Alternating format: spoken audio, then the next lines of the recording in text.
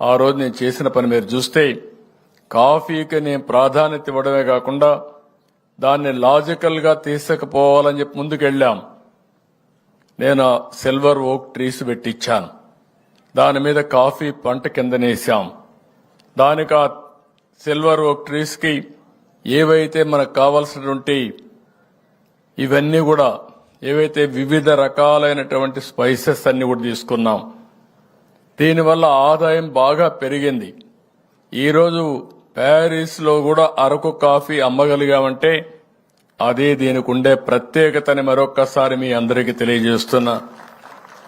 ఇటీవల ప్రపంచంలో ఉండే అతి పెద్ద పత్రికలు రాస్తున్నాయి, వ్యవసాయం అంటే భారతదేశంలో అరకు కాఫీ ఒక ఉదాహరణ చెప్పే పరిస్థితికి వచ్చారు. ఏదైతే ఎకానమిస్ట్ పేపర్లు కానీ ఇలాంటి పేపర్లని కేస్ స్టడీస్ చేసి ఇది డెవలప్ చేస్తే పేదరిక నిర్మూలన జరుగుతుంది, మారుమూల ప్రాంతాల్లో ఉండే గిరిజనులకు న్యాయం జరుగుతుందని వాళ్ళు కూడా చెప్పే పరిస్థితికి వచ్చారు. అందుకే దీన్ని నేను ప్రమోట్ కూడా చేశాను. మీరు గుర్తుపెట్టుకోవాలి, మార్కెటింగ్ కూడా చేశాను. ఆ రోజు ప్రధానమంత్రి గారు వస్తే, నరేంద్ర మోడీ గారు వస్తే నేను అరకు కాఫీ ఆయనకిచ్చి తాగిచ్చి ఆయన్ని ఒక బ్రాండ్ అంబాసిడర్ గా ఉపయోగించామంటే అది గిరిజనుల పైన ఈ ప్రభుత్వానికి ఉండే ప్రేమ. ఒక మంచి వస్తువును తయారు చేయడమే కాదు, ఆ వస్తువు మంచిదని 10 మందికి చెప్పడం కూడా చాలా ముఖ్యం. ఆ పని ఆ రోజు నేను చేశాను. ఇప్పుడే మాట్లాడుతూ ఉంటూ చూశాను కొంతమందిని.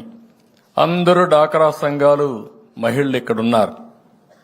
ఈరోజు డాక్రా సంఘాలలో ఉండే మహిళల్ని, పేద మహిళల్ని ఒక సంఘటిత శక్తిగా తయారు చేయాలని 30 ఏళ్లకు మునుపు ఆలోచించాను.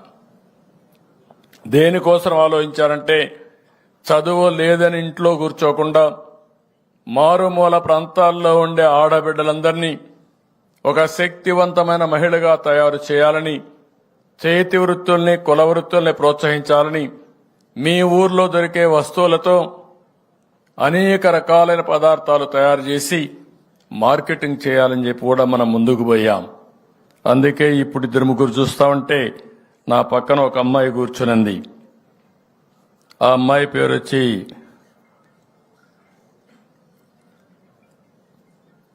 సవరపు పావని, ఇంటర్మీడియట్ ఏజెన్సీ ఏరియాలో రంపచోడవరం నుంచి వచ్చింది.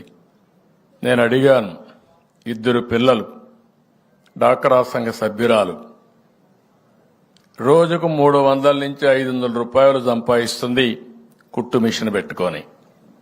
2 పిల్లల్ని బాగా చదివిస్తా ఉంది. ఆ రోజు పెట్టినటువంటి డాక్రా సంఘాలు ఒక స్థాయికి వచ్చాయి, ఆ స్థాయిలో ఆగిపోయే పరిస్థితి వచ్చింది. ఇప్పుడే మీరు చూశారు, బుల్లెమ్మ మల్టీగ్రెయిన్ బిస్కెట్స్ తయారు చేశారు. తెలుగుదేశం హయాంలో 12 లక్షల వరకు అమ్మారు. ఆదరణ లేకపోతే 2 లక్షలకు పడిపోయింది. అంటే అది కూడా కొనేవాళ్ళు లేరు. అంటే ఇక్కడ మీరందరూ గుర్తుపెట్టుకోవాల్సింది, ఏ పని చేసినా అనునిత్యం సాధన చేస్తూ ఇంకా నైపుణ్యాన్ని పెంచుకుంటూ మీకు ఎప్పటికప్పుడు ప్రభుత్వాలు దోహదం చేస్తే తద్వారా మీ ఆదాయం పెరిగే పరిస్థితి వస్తుంది. అదే నేను ఆ రోజు ఆలోచించాను. కనీసం 12 లక్షలు ఆ రోజు టర్నోవర్ ఉంటే ఒక 5-10 ఏళ్లలో అది 50 లక్షలు, 1 కోటి రూపాయలు అయి ఉండాలి. దాని ఆదాయం కూడా అదే మాదిరిగా పెరగాలి. ఆదాయం పెరిగి ఎవరైతే ఈ పనిలో ఉంటారో వాళ్ళ